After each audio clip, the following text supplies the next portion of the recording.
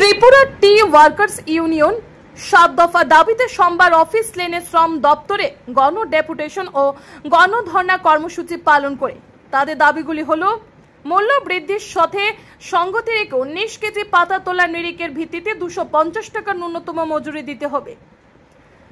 চা শ্রমিকদের সরকারি দায়িত্বে বাসগৃহ নির্মাণ করে দিতে হবে। মালিকদের দায়িত্বে বাসগৃহ সংস্কার করতে হবে। অবিলম্বে প্রতিশ্রুতি অনুযায়ী প্রত্যেক শ্রমিক পরিবারকে 3 ঘন্টা করে বাসভূমির জায়গায় পাট্টা দিতে হবে। শ্রমিকদের অবসরের পর আইন অনুযায়ী ইপিএফ গ্র্যাজুইটি সহ অন্যান্য প্রাপ্য অর্থ সময়মতো মিটিয়ে দিতে হবে। শ্রম দপ্তরে ইপিএফ এর টাকা সঠিক সময়ে পাওয়ার জন্য শ্রমিকদের সহায়তা কেন্দ্র স্থাপন করতে হবে। টিডিডিসি ও সমবায়ের বাগানগুলিতে লুটের বাণিজ্য বন্ধ করতে হবে। বাগিচা আইন অনুযায়ী বাগানের পায়গা অন্য কাজে ব্যবহার করা চলবে না কিংবা বিক্রি করা যাবে না। কবর দখলকৃত পায়গা ফেরতের ব্যবস্থা করতে হবে। বাগানগুলিতে দলবাজি বন্ধ করে সুষ্ঠু পরিবেশ ফিরিয়ে আনতে হবে।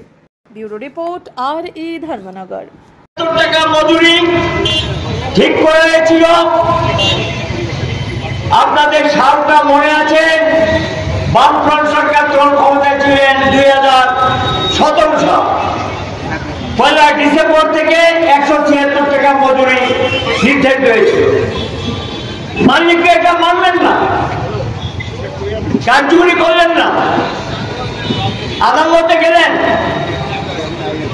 আদালতে দীর্ঘদিন শুনানির পর উচ্চ আদালত মানে হাইকোর্ট পরিষ্কার ভাবে বলে দিয়েছেন শ্রমিকদের যে মজুরি, এই মজুরি দিয়ে দিতে হবে। এদেরকে ঠকানো যাবে না, এই মজুরি তাদেরকে দিতে হবে। উচ্চ আদালতের রায় কার্যকরী করলেন না। গত বছর প্রচন্ড লড়াইয়ের পর কিছু কিছু বাগানে সেটা কার্যকরী হলেন, সকল বাগানে সমানভাবে এখনো কার্যকরী হয়নি। বাস্তব 2017 সালে যখন ডিসেম্বর মাসে মজুরিটা নির্ধারিত হয়, তখন মূল্য সূচকটা কখন ছিল?